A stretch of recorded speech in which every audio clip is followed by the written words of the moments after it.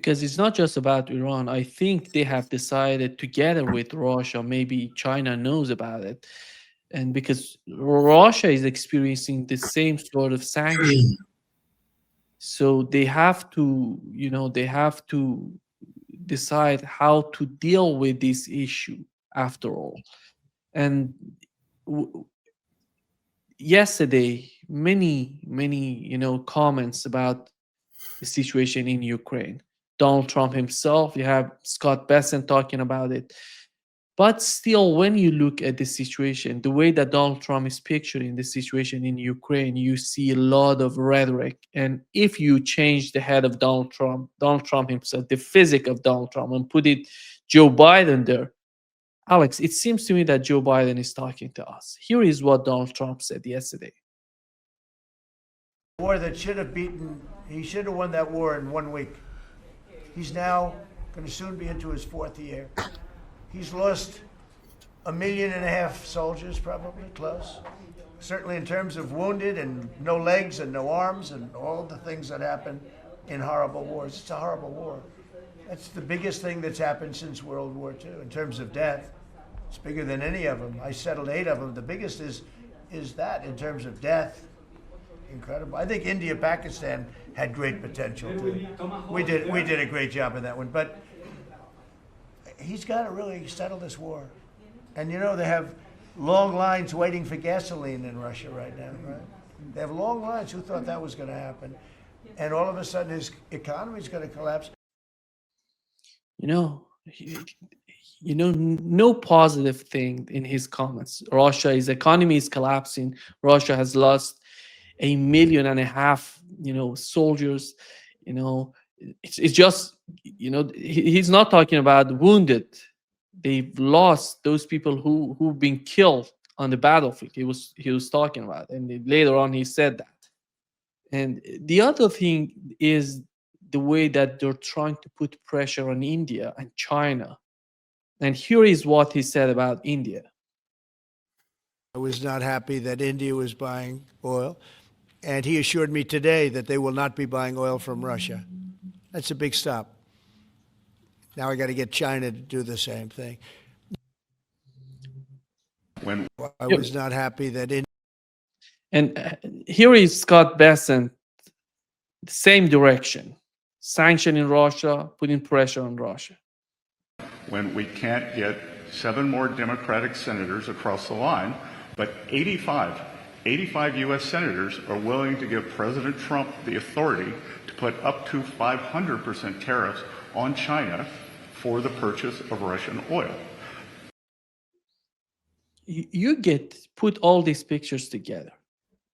There is, you don't see any reason, you don't see any movement on the part of the Trump administration to solve it politically through talks to understand what Russia is talking about. It's all about putting pressure on Russia and bringing Russia to its knees.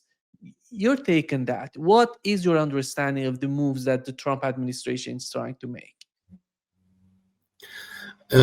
Well, one thing that I know that they're trying to do is they want to introduce tariffs on whoever they can. And it's always a delicate matter because they're kind of assaulting the system of free trade, which is at the foundation of the Western system since the end of World War II, basically. They're attacking the WTO rules, and there's a lot of people who will push back against them. So if you wrap it in the gift wrap of, oh, we're going against Russia, we're punishing Russia, then that passes. If they say, we want to introduce tariffs because we want to, do away with the WTO rules, then that gets massive political opposition. So I think that they're being opportunistic here. Now, why do they want to introduce all these tariffs? Because as Trump has said many times, he wants to reindustrialize the United States. He wants to bring manufacturing back home. He wants to develop the United States economically in a very different way from what has been practiced for the last several decades. But he has been attacked very savagely for that, because he's undermining the whole global economic system, and he's going to do this and that. And so if you paint it all as anti-Russia measures, then everybody cheers and accepts it. And I think this is the reason why they're doing it. I don't think they're doing it for because they actually want to hurt Russia, because I don't think that's going to work to begin with. It would be a little bit dumb if that was the main reason. Among other things, if you got Russia and China, India and China to stop buying Russian oil, I think you'd create a panic in the oil market. You might get oil go back up to over $100 a barrel, and you'd kickstart commodity price driven inflation, which then is again very bad for your own economy. So as with everything, certain things that Trump does and says, or people from his administration, to me seem so dumb. I can't possibly think that this is what they're actually doing, because you think like, okay, that's really dumb. So either they are really dumb, or they're doing something else, or they're doing this for other reasons that they're not telling us for some reason. And I think, this is my best explanation, but again, we're guessing, because obviously they're not going to tell us straight up. And you have to kind of connect the dots to try to arrive at the best guess. And my best guess is, because this is a very major policy change that Trump is driving at, re-industrializing the United States, bringing back manufacturing, creating, manufacturing jobs. And to do that, you have to create a protected market. And the way you're going to protect it is through tariffs. And then if you collect enough in tariffs, you can even play with lowering taxes, which is, it gives you like a little card to play for midterm elections. You can say like, oh, look, we have a budget surplus now, and we can lower taxes. So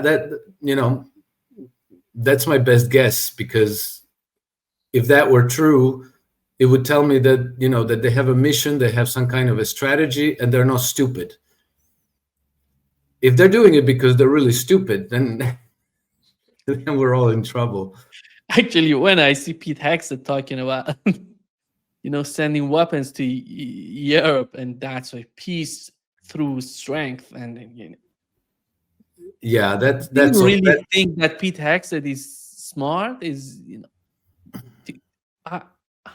I don't see this guy being smart. He seems to me that he's still working for Fox News. He's not the Secretary of, Defense, the Secretary of War. Sorry for. Well, okay. So let me put it this way. I think that Pete Hegseth is smart, but he's not necessarily like a very sophisticated. Like he's not Douglas McGregor. He's not a Jeffrey Sachs or Larry Wilkerson. He's the guy who's smart, but maybe not with so much depth and big context. And I think he's doing what he's told to do. He gets tasked to go and sell weapons to the Europeans, and he goes and he sells weapons to the European. And how are you going to sell them weapons? Are you going to tell them that your weapons are awesome? They're the best weapons that everybody's ever seen. And you guys can win. You can fight this war and you can beat the Russians. So just buy our weapons and then you can beat the Russians. And it doesn't matter, because really, it's not just about the weapons. You have to have people who are going to use it, who are going to be trained to use them. You need the logistics, you need the intelligence, you need the satellite information. You need so many, so they can always sell them the weapons. And then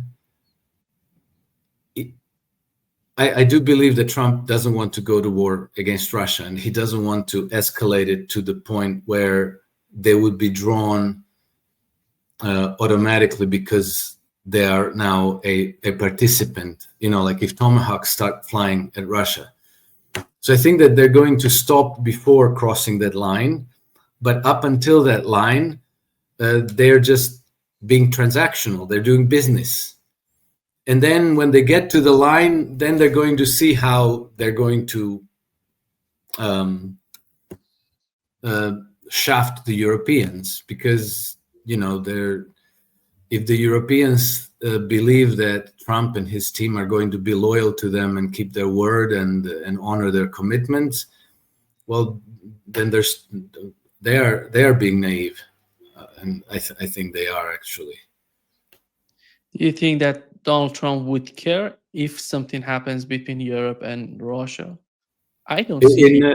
In what sense? If something happens, Yeah, well, it's something something big, an positive. attack, directly attacking each other, Europe and Russia. I don't see Donald Trump caring about that. Even put Donald Trump in a better position, in my opinion, in terms of selling more weapons, in terms of Europeans being more dominated by the United States and Trump's policies. And he knows that Russia would never attack the United States because of some reasons. And that's why if something happens between Europe and Russia, put Donald Trump in a better position. And he doesn't care about Europe. Alex, to be honest, I don't see Donald Trump caring about anything happening in Europe. Okay, so I'm not sure that this is correct, Nima, because let's look at the precedents of two previous world wars. In both cases, the American people didn't want to go to war in Europe. I mean, in the run-up to World War I, 90% of Americans didn't want to have anything to do with it. And what happens is that the Europeans get themselves into trouble. So they push forward, they orchestrate the big war, and they even start taking some serious pain, right? And then they use this to put pressure on the Americans, like, oh, you can't just let us die here. You can't look at what the Russians are doing to us, or the Germans, or whoever. You have to come and help us. And they do have this common bond with Britain, the language, the culture, which, if things get really, really ugly, and we have to always remember that the British control the American media, the press, that the pressure to join the European war could become unbearable again. And then if that doesn't do the trick, then you can always orchestrate some kind of a sinking of the Lusitania, or a Pearl Harbor, or some other kind of a false flag event, which then is going to galvanize American public opinion, and then get the United States involved in a war, in World War III. The difference now is that the United States, First World War, Second World War, the United States was protected because it has two oceans there, right? So it's very difficult for any invading force to do any harm to them. Today, in the age of nuclear ballistic missiles, in the age of hypersonic missiles, that is no longer any kind of a security. So if the United States got involved in a war against Russia, they would find themselves also in war against China, and they no longer have that, they would become a belligerent and fully exposed to the risks of Russian hypersonic missiles, or even a mutual nuclear annihilation. So in this sense, I think you can't, if you cross a certain line, then you can no longer contain the damage. You can no longer predict how it's going to play out. It's easy to cross that line, but it's very difficult to then control the fallout. And so from this point of view, I think that Trump, again, we have to guess that he's aware of all this. He's giving the impression that he doesn't think that far, but I believe that he understands this, and I think that they will not cross the line, and they will not take the risk of going to war against Russia. and that they will definitely muzzle the European powers that want to trigger this war. And I have to say this: I'm only basing this on a hunch, on an idea, but I think that the American side has told the British, do not dare to stage a false flag attack. We know you're up to it. Don't do it. We know you're up to it.